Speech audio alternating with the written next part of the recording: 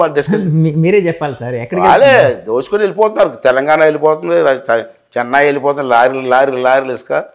ఇక్కడ లోకల్గా మనకి కన్స్ట్రక్షన్ ఇసుక లేదు. మనకు సరిపోగా ఇసుక మనం ఇచ్చుకొని పైన అమ్ముకోవచ్చు గవర్నమెంట్. కానీ మన ఇసుక అంతా తీసుకెళ్ళి ఎక్కడ అమ్మేసి ఇసుక మొత్తం దోసేసుకుంటాం. అనకాపల్లి ఏరియాలో గ్రావెల్ కొండలు కూడా మాయమైపోతున్నాయి. చూస్తున్నాం కదా, మనకు రోజు చూస్తున్నాం కదా. విశాఖపట్నంలో ప్రైవేట్ ఆస్తులు నాకు తెలిసి 43,000 కోట్లు ప్రైవేట్ ఆస్తులు బలవంతంగా సంతకాలు పెట్టుకున్నారు. తెలుసా మీకు? మరి ఎందుకు సార్ వాళ్ళందరూ బయటకు రాలేకపోతున్నారంటారు? నిజంగా మీరు అన్నదే నిజమైతే భయం అండి. అంటే వాళ్ళకి ప్రైవేట్ ఆస్తులు అన్నారు కదా సార్. ప్రైవేట్ ఆస్తి అనేటప్పటికి అంటే అమ్మడమో కొనడమో జరుగుతూ ఉండొచ్చు కదండి, లావాదేవీలు జరగచ్చు కదా, ఆర్థిక లావాదేవీలు కదండి. అలాగే ఇచ్చే ఉండొచ్చు. ఆస్తి ఉందండి, విజయసాయి రెడ్డి నచ్చింది మీ ఆస్తి, మీ కౌరు పెడేస్తారు అంటనే, నీ రేటు కట్టే డబ్బులకే చీప్గా ఈ రేటుకి ఇచ్చే. మీరు నో అన్నారు అనుకోండి, 22A కలెక్టర్ గారికి పోచి 22A పెట్టేస్తున్నారు గవర్నమెంట్ భూమి అని. ఇంక మీరేం చేస్తున్నారు? నాకెందుకు బాధలని చెప్పి ఎంతగా తెచ్చుకోవడం. అలాగే 43,000 కోట్లు లాగేశారు. మొన్న గాదిరాజ్ ప్యాలెస్ ఉందండి, నేనే మాట్లాడాను. అవునండి, మీరు మాట్లాడారు. దాని మీద కూడా క్వశ్చన్ ఉంది నాది. యాక్చువల్గా గాదిరాజ్ ప్యాలెస్ మీద మీరు మాట్లాడారు. అంటే ఏంటి, సరే ఆ నేపథ్యం మీరే చెప్తారు. కానీ తర్వాత ప్యాలెస్ యజమాని ఒక ప్రెస్ మీట్ పెట్టి నాకు ఎలాంటి ప్రెషరు రాలేదు, నన్ను ఎవరు ఇలాంటి ప్రపోజల్ నా వరకు తీసుకొని రాలేదు, ఇది రాజకీయంగా వాళ్ళు ఏదో చూసుకోవాలి, నాకు ఎలాంటి ఇది లేదు అని ఆయన ఒక ప్రెస్ మీట్ పెట్టారు. ఆ ప్రెస్ మీట్ ఫోటో చూసారు మీరు? చూసారా? చూసానండి, ఫోటో వచ్చింది. అవునవును. అతను ఎదురుగా ఎవరున్నారండి? కేకే రాజు. ప్రెస్ మీట్లు దొంగడు ప్రెస్ మీట్లో ఫోటోలో రాకుండా ఉండడం బాగున్నాం. అతను అక్కడ ప్రెస్ మీట్ చెప్తుంటే ఎదురుగా ఉండి అతని చేత బలవంతంగా చెప్పించారు. అది ఎదురుగా నుంచున్నాడు. నేను అన్నాను, ఆ ఫోటోలు కట్ చేసిన బాగున్నాను. అతను ఏం మాట్లాడుతాం అన్ని మాట్లాడించి ఎదురుగా నుంచి మాట్లాడించాడు. అసలు ఏం జరిగింది చెప్పంటారా? 2 నిమిషాలు చెప్పండి సార్. ఆ ప్యాలెస్ అతను 10 years క్రితం కట్టాడండి. చాలా బాగుంటుంది, అద్భుతంగా. అవును. పిల్లలు ఏమో సరిగా అందుబాటు లేకపోతే మైసూర్ ప్యాలెస్లో అన్ని చేసి డిజైన్ చేసి అలా కట్టాడండి. 10 years బ్యాక్ నుంచి ఉంది అది. మొన్న మధ్యన 2-3 వారాల క్రితం మేడం గారు వచ్చారు వైజాగ్. ఏ మేడం గారు అండి? భారతి గారు, ముఖ్యమంత్రి గారు సతీమణి గారు వచ్చి ఊళ్ళో తిరిగే కారు వేసుకొని బీచ్లో వెళ్తే ఆ బిల్డింగ్ దగ్గర ఆపారు కారు. బిల్డింగ్ చాలా బాగుంది, నన్ను నచ్చేసింది, బిల్డింగ్ కావాలని అడిగిందట. ఇప్పుడు నచ్చితే ఇచ్చాడు ఏంటి అడిగితే అప్పుడు మళ్ళీ మరుసటి రోజు కొంతమంది వెళ్ళి పెద్ద ఆయన దగ్గరికి వెళ్ళి, సార్ మేడం గారికి బిల్డింగ్ కావాలంటున్నారు, రేట్ చెప్తే ఇచ్చేస్తామని అడిగారు. అడిగితే నేను ఇవ్వను బాబు, నేను బాగా దగ్గరకు కట్టించుకున్నాను, ఈ వయసులో నేను ఇవ్వలేను ఇలాగే చెప్పాడు. చెప్తే అన్నీ ఆ బిల్డింగ్ ఏమో 22A ఉందని చెప్పి ఇచ్చారు. మీరు ప్రెస్ మీట్లో లాస్ట్లో జాయింట్ కలెక్టర్ మాట్లాడి చూసారా? అక్కడే అర్థం అయిపోతుంది మీకు ప్రెస్ మీట్. అవునండి, అందులో కొంత గవర్నమెంట్ భూమి కలిసిందని ఒక ఇష్యూ ఉంది. ఆయన నా దగ్గరికి వచ్చారు, 22 అప్పుడు ఇచ్చో నోటీస్ ఇవ్వడం కరెక్ట్ అని చెప్పాడు. మరి నిజంగా గవర్నమెంట్ భూమి అయితే మరి ప్రభుత్వం 5 సంవత్సరాలు బట్టి ఏం చేస్తుందండి? మున్సిపల్ కార్పొరేషన్ వాళ్ళు ఎలా పర్మిషన్ ఇచ్చారండి? ఎలా ఇచ్చారు? అంత బిల్డింగ్ కడతామని మున్సిపల్ కార్పొరేషన్ కనపడలేదా? ఎంత పెద్ద నాటకం సార్. కేకే రాజు అక్కడికి ప్రెస్ మీట్లోకి రావాల్సిన అవసరం వచ్చిందండి. ఎందుకు వచ్చాడు ప్రెస్ మీట్లోకి? సార్ ఇప్పుడు మేడం గారు వచ్చారు, ఇట్లా తిరిగారు, చూశారు, ఆవిడకి నచ్చింది అని అడిగారు అని ఏదో చెప్తున్నారు, మీరు చెప్తున్నారు. యాక్చువల్గా మేడం గారు వచ్చారు అంటే, ఒక ముఖ్యమంత్రి గారికి సంబంధించిన వ్యక్తులు వచ్చారు అంటే ఒక మీడియా అటెన్షన్ అని ఉంటుంది కదండి, మీడియాకి తెలుస్తుంది కదండి. సో ఎవరికి తెలియకుండా వచ్చి వెళ్ళిపోయారు. అలా కాదు సార్, ఇప్పుడు తిరుగుతున్నారు అంటే అంటే మీడియా గారు సతీమణి, సారీ సీఎం గారు సతీమణి ఫస్ట్ టైం ఇక్కడికి వచ్చారు అంటే ఒక మీడియా అటెన్షన్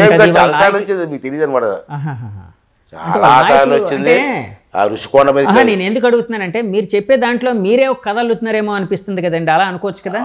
అయితే పని చెప్పండి, ఆవిడ వచ్చి చూసి నచ్చిందని చెప్పి అన్నాను కదా నేను. ఆవిడనే వచ్చి ప్రెస్ మీట్ పెట్టి నేను రాలేదు చూడలేదు చెప్పానండి. అజయన్ పాత్రి గారు చెప్పిన తర్వాత వాస్తవం కాదు, నేను అసలు విశాఖపట్నం రాలేదని చెప్పానండి. ఎందుకు చెప్పలేదు ఆవిడ? ఋషికొండ దగ్గరికి ఎన్నిసార్లు వచ్చింది మీకు తెలుసా? వచ్చారండి? 4-5 సార్లు వచ్చింది బిల్డింగ్ చూడడానికి. ఇంకా భార్య భర్తలకి అంత బిల్డింగ్ అవసరం అండి 430 300 400 కోట్ల బిల్డింగ్ అవసరం అండి ఇద్దరికైనా ఎన్ని కోట్లు సార్ అది? 435 రాశారు, పేపర్లో రాశారు. అవసరం అది ఇద్దరు ఉండడానికి. దాన్ని యాక్చువల్గా అంటే గవర్నమెంట్ పరంగా ఉపయోగించుకోవడానికి కూడా కడుతున్నాం. కొండ మీద కట్టబెట్టి ఇంకో కొండ మీద కట్టచ్చుదండి. అక్కడ ఆల్రెడీ టూరిస్ట్ స్పాట్ అది. ఇక్కడ మీరు విశాఖపట్నంలో మేధావులు నిద్రపోతున్నారు సార్. నేను చాలాసార్లు చెప్పాను, మీకు ఒక కొటేషన్ కూడా ఉంది. ఏంటంటే సిరా చుక్క అంటారు సార్. సిరా చుక్క అంటే ఎవరు వాడతారు? సిరా కవులు, విలేకరులు, రచయితలు. సిరా చుక్క మౌనం పాటిస్తే సారా చుక్క రాజ్యం వెళ్తున్నట్టు ఒక కవి. ఎంత బాగా రాశాడు. ఇప్పుడు రాసింది కాదు, చాలా సంవత్సరాలు కదా. సిరా చుక్క మౌనం పాటిస్తే సారా చుక్క రాజ్యం వెళ్తుందట. మరి మేధావులు మాట్లాడకపోతే ఇటువంటి అన్ని కూడా విశాఖపట్నం ఎంతమంది మేధావులు ఉన్నారు అంటే ఇప్పుడు అలాంటి పరిస్థితి ఉందని అంటున్నారా? మీరు ఆ కొటేషన్ కోట్ చేశారు కదా, ఇప్పుడు అదే పరిస్థితి ఉందని లేదా? మరి జరుగుతుంది అదే కదా రాజకీయాల్లో. వాస్తవం మాట్లాడితే అయ్యన పోతులు నన్ను తిడతారు, మా వాళ్ళు తిడతారు. ఎందుకంటే ఎలక్షన్కి 50 కోట్లు 60 కోట్లు ఖర్చు ఎందుకండి?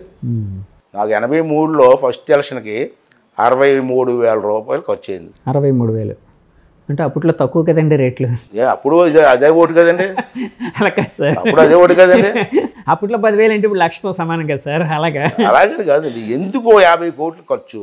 ఓకే, దేనికి ఖర్చు పెడుతున్నారు అంటే క్లియర్గా అర్థమవుతుంది కదా, ఓట్లు కొంటున్నారని. కాదు సార్, అప్పట్లో బ్యానర్లకి, పాంప్లెట్స్కి, ఇలాంటి వాటికి, సభలకి, నిర్వహణకి ఇచ్చారు మాకు. ఓకే, బ్యానర్లు కూడా రామారావు గారు ఇచ్చారు మాకు. మరి ఈ ఖర్చు అంతా దేనికైంది సార్?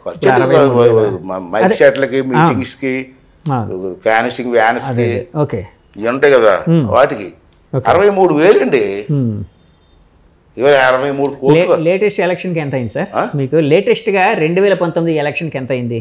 మరి అది చెప్తే నన్ను బొక్కలేస్తారు. అలా కాదు, అంటే మేము ఎలక్షన్ కమిషన్కి రిపోర్ట్ ఇస్తాం ఎంత ఖర్చు అయిందని. 60 కోట్లు ఖర్చు పెట్టేసి 60 కోట్లు రాయం కదా, మాకు లిమిట్ ఎంత ఉంటుంది? లిమిట్ దాకా రాస్తాం. మరి నన్ను లేడిపోయిన ఇబ్బందులు పెడతారు. నేనే కాదు, రాష్ట్రంలో ఏ నాయకుడు కూడా చెప్పడం. కానీ పాత అయితే చెప్పారు కదా సార్. మరి అప్పుడు తక్కువ సార్, అప్పట్లో లిమిట్ లేదా సార్? అప్పుడు కూడా 15 లక్షలు ఎంతో ఉంది. అప్పట్లో కూడా ఉందండి. 82, 83 శాసన గారి టైంలో 25 లక్షల దాకా ఇచ్చారు. 25 లక్షలు దాటకూడదు, నామినేషన్ డబ్బు కడతాం కదా, దాంతో కలిపి. ఓకే, కానీ 25 లక్షలకి అయిపోతుందండి ఎలక్షన్. చెప్పండి, మీరు అందరూ గుండెలు మీద చేసి చెప్పండి. మేము చెప్తామండి, మీరు గుండెల మీద ఎందుకు జరగట్లేదు? ఎలక్షన్ కమిషన్ తెలీదా 25 లక్షలకి అవదని? మరి లిమిట్ పెట్టడం ఎందుకండి? ఎందుకంటారు సార్? మరి అంటే అందరికీ తెలుసు, ఇప్పుడు ఇది ఓపెన్ సీక్రెట్ సార్. డబ్బులు లేనిదే ఎలక్షన్ జరగదు అనేది ఓపెన్ సీక్రెట్. ప్రతి పార్టీ, ఈ పార్టీ ఆ పార్టీ కదా, ఈవెన్ కమ్యూనిస్టులు పోటీ చేసినా కూడా డబ్బులు ఖర్చు పెట్టాల్సిందే. అలాంటి పరిస్థితి వచ్చిందండి ఇప్పుడు. మరి ఎలక్షన్ కమిషన్కి తెలియదు. అదే అన్నాను, ఎలక్షన్ కమిషన్ ఎన్ని అబ్జర్వ్ చేసి ఖర్చు పెట్టడానికి రేట్ అన్నా పెంచాలా, లేకపోతే ఖర్చు పెట్టడానికి వీలేదని చేయాలా. ఖర్చు లేకుండా అమెరికా సిస్టమ్ లాగా మైక్ పెట్టుకుని నలుగురిని, ఆల్ పార్టీస్ ఒకే డయాస్ మీద నుంచోబెట్టేసి ఒకే మీటింగ్, నీ పాలసీ నువ్వు చెప్పండి, అందరూ మాట్లాడతారు, ఎవడో పాలసీ నచ్చితే అది కొట్టేసి. కాదు సార్, అలాంటివి జరుగుతాయి అంటారండి. ఎందుకంటే ఆ మధ్య ఒక ఛానల్ వాళ్ళు, ఒక శాటిలైట్ ఛానల్ వాళ్ళు తెలంగాణలో అనుకుంటాను 2 పార్టీలను కలిపి ఏదో పెట్టారు, చిన్న డిబేట్లో కొట్టుకున్నారు. ఇద్దరును ఛానల్ సమక్షంలోనే కొట్టుకున్నారు ఒకరినొకరు. అలా కదండి. కాదు అలాంటివి అంటే, ఎందుకంటే ఇప్పుడు అభ్యర్థులు ఒకే దగ్గర తీసుకొని వచ్చినప్పుడు ఆవేశాలు పెరుగుతాయి, అంత మెచ్యూర్డ్గా ఉంటారు అనుకుంటున్నారా? ఓపెన్ దీంట్లో పెట్టి నలుగురు పోటీ చేసాం అనుకోండి, 4 పార్టీ నుంచి. నాకు అర్థమైంది సార్, నలుగురు ఒకే స్టేజ్ ఉంటారు. నేను అది ఆచరణ సాధ్యమేనా? అలవాటు చేయాలి సార్. కొన్ని దేశాలు ఇప్పుడు అవుతుంది. ఓకే, కొన్ని దేశాల్లో అవుతుంది. అంటే మెల్లిమెల్లిగా మన దగ్గర అలవాటు చేయాలి. ఎందుకంటే ఎంత డబ్బు, కోట్లు అండి. తెలంగాణలో మన ఎలక్షన్ ఎన్ని కోట్లు అండి. ఎంత అయ్యి ఉండదు సార్ తెలంగాణ ఎలక్షన్కి? లెక్కలేదు. మీకు మామూలుగా అంటే మీకు చాలా మంది ఫ్రెండ్స్ ఉంటారు మీ సర్కిల్లో, మీ పొలిటికల్ సర్కిల్లో. మీకు అవగాహన, ఒక పార్టీ ఓటుకి 20,000 ఇచ్చిన సందర్భాలు కొన్నారు తెలంగాణ. ఓటుకండి 20,000? 20,000. కొన్ని పార్టీలు అయితే 2,000, 3,000 వాళ్ళు తగ్గట్టుగా. ఎందుకంత అవసరం? టీవీల్లోనూ మాట్లాడించి పబ్లిక్ మీటింగ్ వేసి దీంట్లో ఎంత మాట్లాడారు కాబట్టి మీకు నచ్చినోడు కోటి ఏంటి చెప్పలేదు సార్. ప్రజల్లోని ఒక రకమైన ఒక ఆలోచన అయితే వచ్చిందండి. ఏ పార్టీ వచ్చినా అవినీతి కామను వాళ్ళు, అంటే ఎంత నిజం ఉందనేది నేను మాట్లాడట్లేదు, అంటే వాళ్ళు వచ్చిన ఆలోచన కోసం చెప్తున్నాను. ఏ పార్టీ వచ్చినా ఎంతో కొంత తింటారు. సో మనం ఓటు రూపంలో వాళ్ళు డబ్బులు ఇచ్చినప్పుడు తీసుకోవడానికి తప్పేంటి? అనే ఒక ఆలోచన అయితే వచ్చిందండి. ఇప్పుడు మీరు 20,000 అన్నారు కదండి జనంలో, ఇప్పుడు 20,000 అన్నారు కదండి, రేపు పొద్దున్న 20,000 అడుగుతారేమో. అలా కాదండి, అన్నానని కాదు, ఇక్కడ డిస్కషన్ అంటున్నాను. అవునండి, అడుగుతారు తెలంగాణ. నేను అంటుంది ఏంటంటే మీరు ప్రజలు ఏమనుకున్నారంటే రాజకీయ నాయకులు ఎవరిచ్చినా అవినీతి పాల్పడతారు కాబట్టి మనం తీసుకోవడం తప్పు ఏంటి జనం అనుకుంటున్నారు. అవునండి, నిజంగా అది ఉందండి. మెజారిటీ ఆఫ్ ద పీపుల్ అందరూ జనం డబ్బులు తీసుకుంటున్నారు కాబట్టి అవినీతి చేయవలసి వస్తుందని రాజకీయ నాయకులు అంటున్నారు. అంటే కోడి ముందా పిల్ల ముందా, అంతే కదండి. వాళ్ళకి డబ్బులు ఇవ్వాలంటే డబ్బులు ఉండాలా, డబ్బులు ఉండాలంటే అవినీతి చేయాలా అన్న ఆలోచనలు కొంతమంది ఉంటారు. ఏది కరెక్ట్ అంటారు చెప్పండి, మీరే చెప్పాలి సార్. రాజకీయ నాయకులు ఏముందో మమ్మల్ని సేవ్ చేసుకోవడానికి మాట్లాడుతూ ఉంటాం. నేను చెప్పిన దాంట్లో ఇప్పుడు నేను చెప్పిన మాట, ఈ డబ్బులు తీసుకుంటున్నారు కాబట్టి డబ్బులు ఖర్చు పెడుతున్నాం, మరి ఆ డబ్బులు మళ్ళీ వెనక్కి తీసుకోవాలంటే అవినీతి చేస్తున్నాం అన్నప్పుడు అది కాదు కదా ఇప్పుడు నాండు వస్తుంది. అది ఎంతవరకు కరెక్ట్ అంటే జనంలో ఒక మార్పు అయితే రావాలంటారు. రావాలి, బాగుపడాలంటే. కాదు సార్, జనంలో మార్పు వచ్చిన రోజు ఇలాంటి రాజకీయ నాయకులు సస్టైన్ అవ్వగలుగుతారా? ఎవరండి అంటే కొంతమంది రాజకీయ నాయకులు ఇప్పుడు ఎందుకంటే జనంలో మార్పు అంటే చాలాసార్లు రాజకీయ నాయకులు ఏం మాట్లాడతారంటే అండి, ఎవరైనా ఈ పార్టీ ఆ పార్టీ అని కాదు, జనంలో మార్పు రావాలి, జనంలో మార్పు రావాలంటారు. జనంలో మార్పు వచ్చి వాళ్ళని తిరస్కరించే రోజు వస్తే వాళ్ళు ఎక్కడ సస్టైన్ అవ్వగలుగుతారు? అది కాదు, దీనికి ఒక చిన్న ఉదాహరణ చెప్పండి సార్. 85లోనూ ఎప్పుడు అనుకుంటాను, ఎన్టీ రామారావు గారు ఒకసారి మేము అంత సరదాగా ఇంటికి భోజనం పిలుస్తారు సార్ మాట్లాడుకున్నప్పుడు, ఏంటండి చాలామంది నిజాయితీ పౌరులు పార్టీలోకి వస్తే బాగుంటుంది కాదు అని అడిగితే ఆహ్వానిస్తూ వస్తారు అన్నగారు అన్నాను. మన ఇల్లు అడుగు రిక్వెస్ట్ చేస్తే వస్తారేమో అన్నాను. అప్పుడు కొన్ని పేర్లు రాశారు. ఓకే, ఆ పేర్లు రాసి వెళ్ళి అడిగాం. సొసైటీ అంటే ప్రేమించేవాళ్ళు, సొసైటీ బాగుండాలా, ప్రజలు బాగుండాలా, రాష్ట్రం బాగుండాలని కోరుకున్న వ్యక్తులు ఉన్నారు, లేకపోతే ఇప్పటికీ ఉంటారండి. అవును, నేను ఇద్దరు ముందు కలిశాను. ఎనబోది గారు అంత డబ్బు మా దగ్గర ఎక్కడ ఉంది, మీకు ఖర్చు పెట్టగలమా, ఖర్చు లేకపోతే ఓట్లు వేస్తారా, మాకు ఎందుకంటే ఇవన్నీ మాట్లాడే సందర్భాలు చాలా తెలుసు. ఆ రోజు అండి అప్పట్లో 85లో అబ్బా ఇప్పటికీ ఉన్నారండి. ఇప్పటికి కూడా సొసైటీ అంటే అప్పట్లోనే ఈ మేధావులు అనే వాళ్ళు ఆ ఆలోచన వచ్చేసింది. ఎక్కడ పడతామండి మేము ఎక్కడ లేదు సార్, మీకు మంచి పేరు సార్, అందరికీ ఆదుకుంటారు సార్, యూనివర్సిటీలు పనులు చేస్తారు, ఏ పనులు చేస్తారు అంటే నిజమే చేస్తాం, ఎలక్షన్లో పోటీ చేయడానికి మాదే డబ్బు ఎక్కడ ఉంది అని మాట్లాడే సందర్భాలు నాకు తెలుసు. ఉన్నారు, లేకపోలేదండి. ఎక్కడికి వెళ్ళగలవు, కోట్లు ఎంపీగా 100 కోట్లు ఖర్చు పెడతావా అంటే ఎంపీ 100 కోట్లు ఖర్చు పెట్టి ఎంపీ ఎవడాడు? మామూలుగా ఉన్న వాళ్ళు ఏ ఇండస్ట్రీస్ట్ రావాలా, ఎక్కడి నుంచి హైదరాబాద్ నుంచో విజయవాడ నుంచో వచ్చి పోటీ చేయాలి. లోకల్లో ఉన్న 100 కోట్లు ఖర్చు పెట్టారు.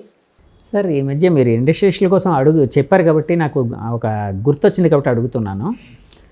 రాజ్యసభ సభ్యత్వాలు